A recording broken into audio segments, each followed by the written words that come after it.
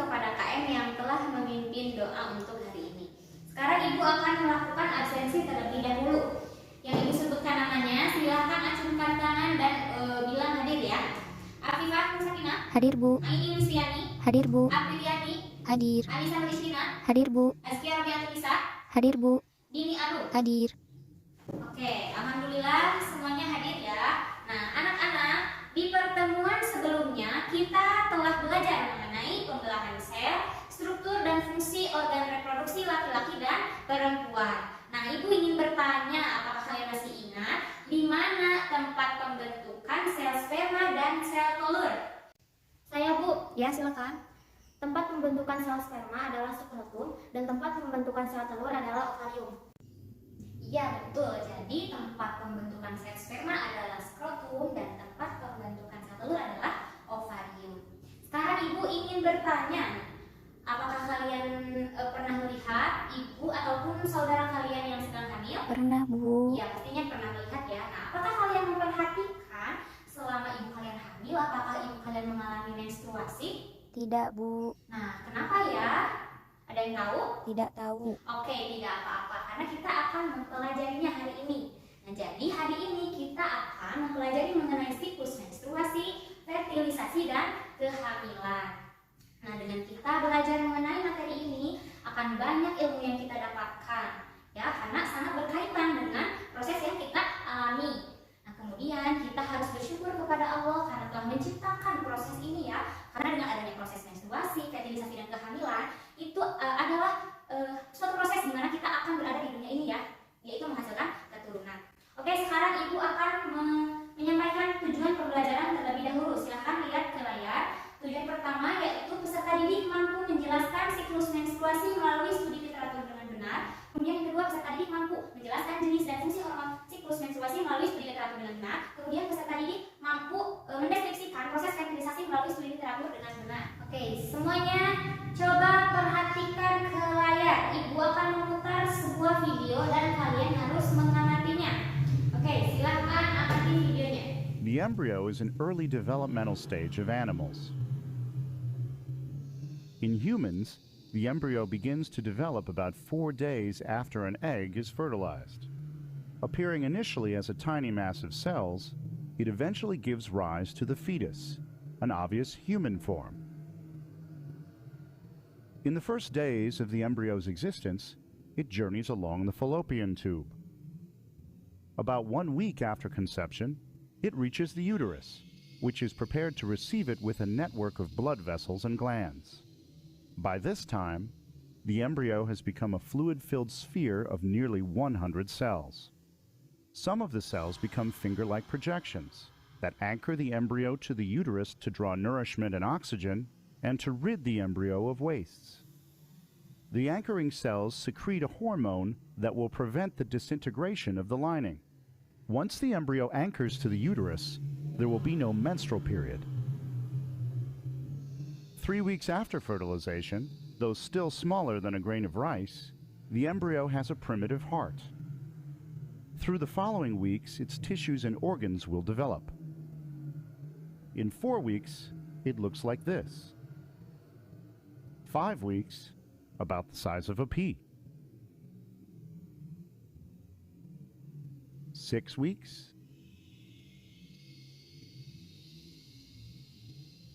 7 weeks,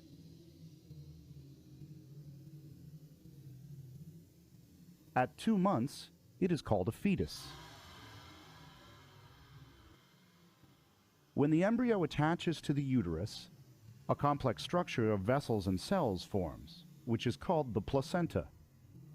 A network of the embryo's blood vessels closely intermingles next to the mother's blood supply.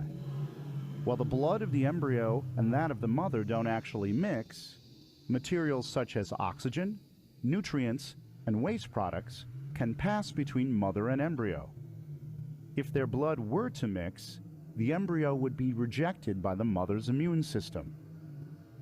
This happens because the embryo essentially is a foreign organism.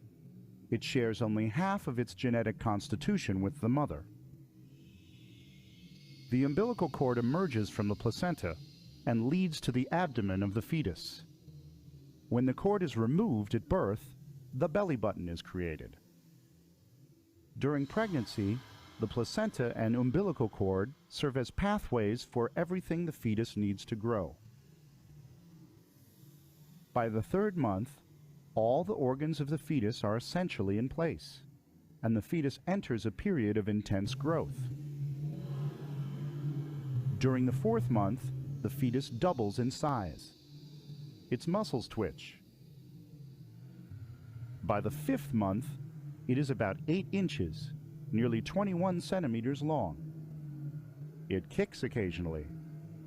Its heart rate averages about 140 beats per minute, twice the speed of an adult's. After 9 months, it is fully developed and birth occurs. Oke, sudah selesai ya. Nah, sekarang silahkan kalian bertanya mengenai video yang telah tadi Ibu tayangkan. Silakan. Saya, Bu. Oke, silakan. Bu, mengapa dapat terjadi menstruasi? Oke, boleh. Selanjutnya ada lagi? Saya, Bu. Iya, silakan Anissa. Bu, apa itu fertilisasi? Oke, ada lagi? Saya, Bu. Oh iya, Desi. Bu, izin bertanya, mengapa dapat terjadi kehamilan? Ya, boleh. Ada lagi? Bu, saya, Oh, Bu. Yuli, ya silakan. Bu, bagaimana proses berkembangnya janin sehingga menjadi seorang bayi? Boleh. Ada lagi? Tidak? Oke, tidak apa-apa. Jadi, dari semua pertanyaan yang sudah kalian ajukan, Ibu akan rumuskan menjadi satu rumusan masalah, yaitu bagaimana keterkaitan antara siklus menstruasi, fertilisasi, dan kehamilan. Oke, silahkan semuanya berkumpul dengan kelompoknya masing-masing yang minggu sebelumnya telah Ibu bentuk. Silahkan. Sudah berkumpul? Sudah, Bu. Oke, sekarang Ibu akan membagikan LKPD ya.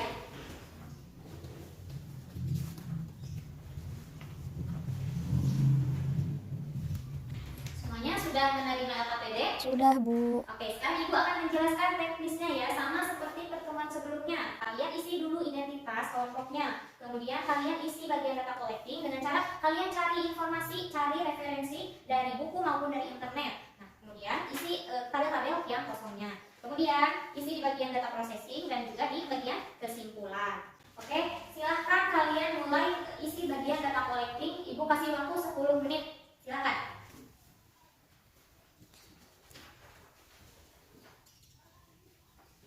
Bu, izin bertanya, Ya, bagaimana? yang nomor 1 kolom fase diisinya dengan fase 1, 2, 3 atau bagaimana?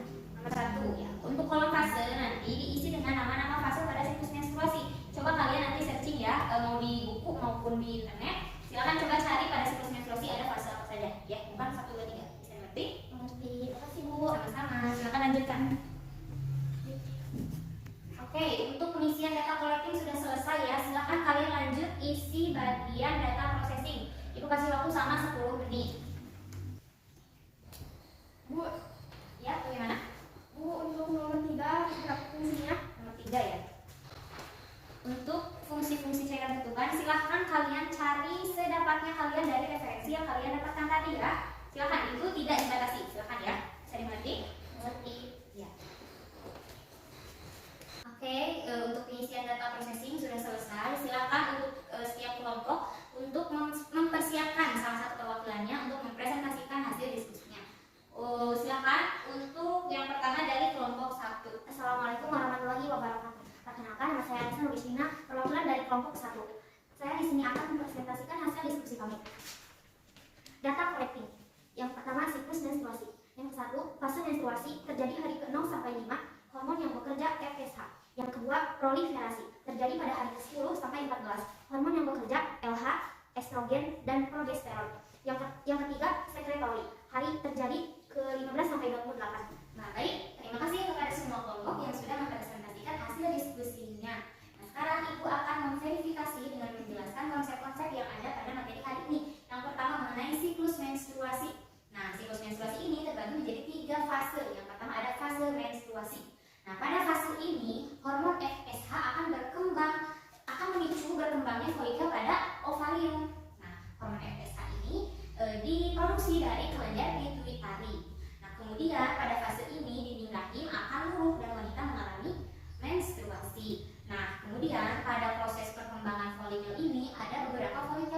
berkembang. Namun hanya ada satu yang dapat berkembang pada setiap bulannya.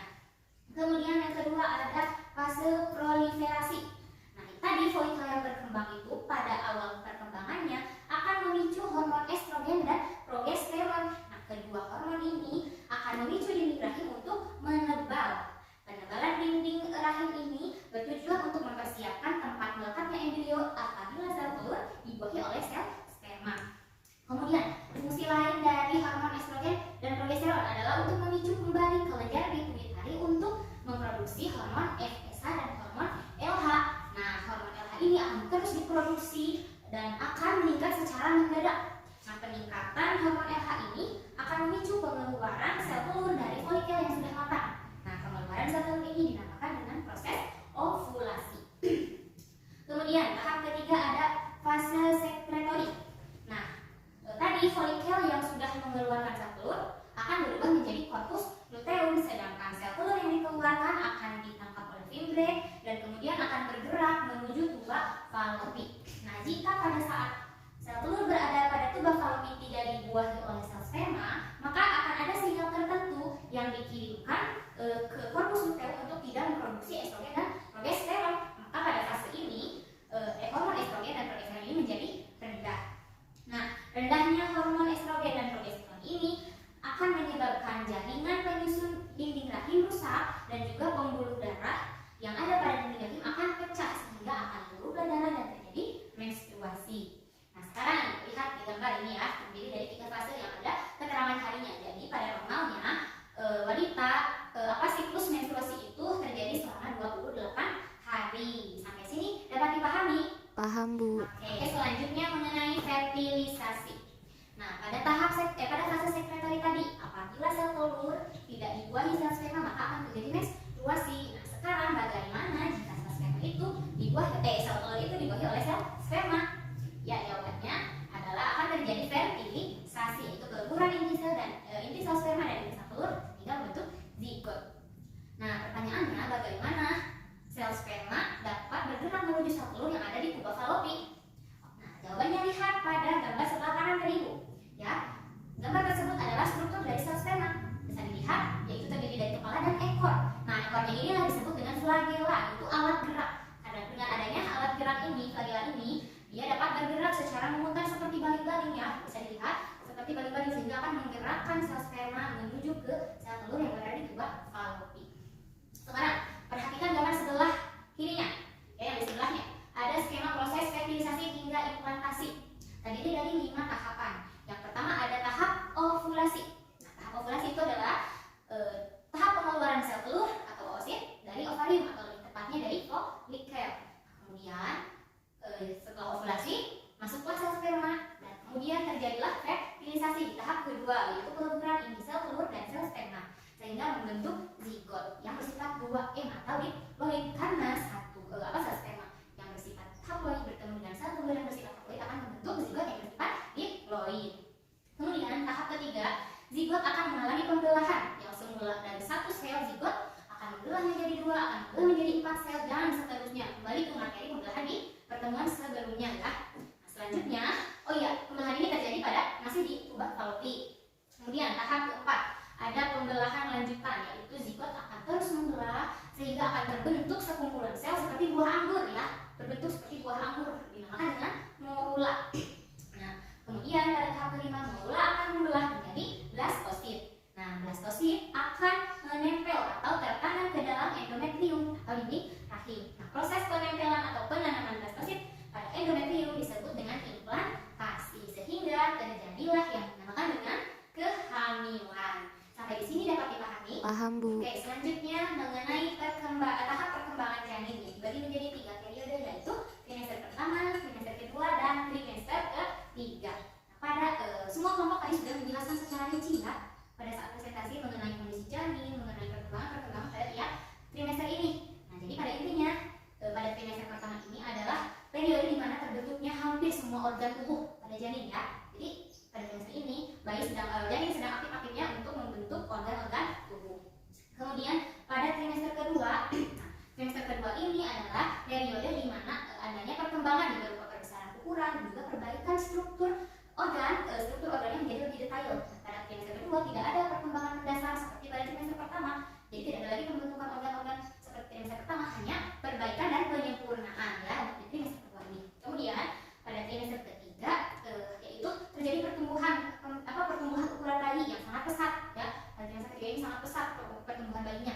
Kemudian pada periode ini juga bayi akan mendapatkan kekuatan untuk menghadapi hidup di lingkungan luar. Nah, jadi bayi akan sebelum lahir akan mendapatkan kekuatan untuk dapat beradaptasi ya, yang tadinya kondisi misalnya sistem sirkulasi yang berada pada rahimnya seperti ini nanti pasti akan berubah, akan berbeda saat berada di luar rahim. Maka pada trimester ketiga ini bayi akan mendapatkan kekuatan untuk menghadapi perubahan tersebut. Oke, mungkin verifikasi yang dapat Ibu sampaikan hanya demikian. Ada yang ingin ditanyakan lagi? Cukup, Ibu. Oke, semuanya sudah mengerti berarti ya. Nah, sekarang Ibu ingin meminta satu orang perwakilan untuk menyimpulkan pembelajaran kita pada hari ini. Silakan. Saya, Bu. Oh iya, silakan Anissa. Untuk kesimpulannya, siklus menstruasi terdiri dari 3 fase, yaitu fase menstruasi, fase proliferasi, dan fase sekretori. Kemudian, fertilisasi adalah proses peleburan sel sperma dan sel telur sehingga membentuk zigot. Zigot membelah, kemudian berkembang menjadi embrio dan akan tertanam ke dalam endometrium. Ini dinamakan kehamilan. Kemudian, embrio ada 3 tahap. Yang pertama, trimester pertama, yang kedua, trimester kedua, dan yang ketiga, trimester ketiga. Terima kasih.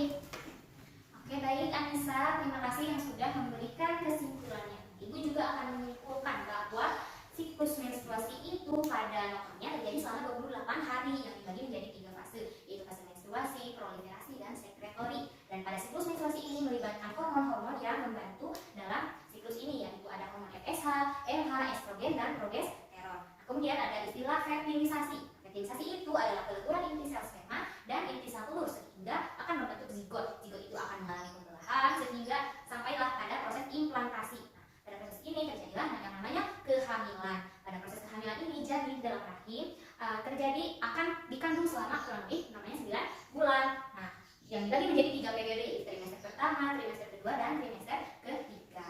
Oke, sekarang Ibu pembelajaran hari ini sudah selesai. Ibu akan membagikan soal evaluasi ya. Ada 10 soal. Nanti yang akan kalian kerjakan selama 10 menit. Oke, Ibu akan bagikan soalnya ya.